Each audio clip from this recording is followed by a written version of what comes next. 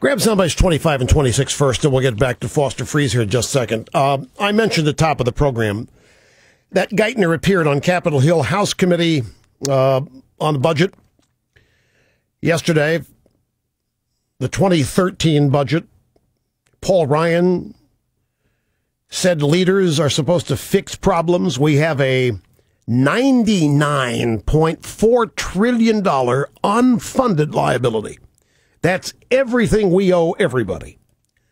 $99.4 trillion, not a $16 or $17 trillion national debt, but all the promises and all the IOUs, $99.4 trillion unfunded liability. Our government's making promises to Americans that it has no way of keeping, no way of accounting for them.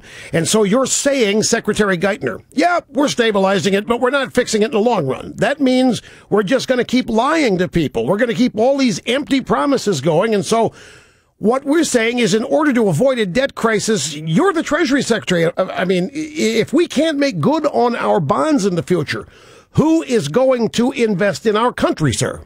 We're not disagreeing in the sense that I made it absolutely clear that what our budget does is get our deficits down to a sustainable path over the budget, back off. over the budget window. And why? Let's talk to the why do they take off again?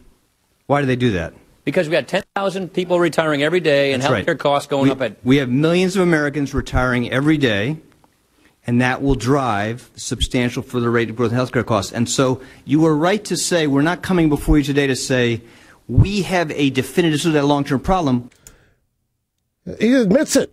He told Paul Ryan, we're not the regime. We're not coming before you today to say we have a definitive solution to the long-term problem. And then he went on to say, what we do know is we don't like yours. To Paul Ryan, to the Republicans. We don't have a solution, but we don't like yours. Well, wait a minute. What happened to compromise? What happened to working together? What happened to crossing the aisle?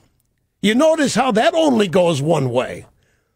So here comes this little twerp who cheated on his taxes.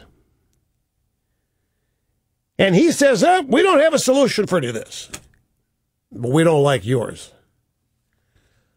Acknowledging that Ryan and his boys have a solution, but the regime doesn't like it.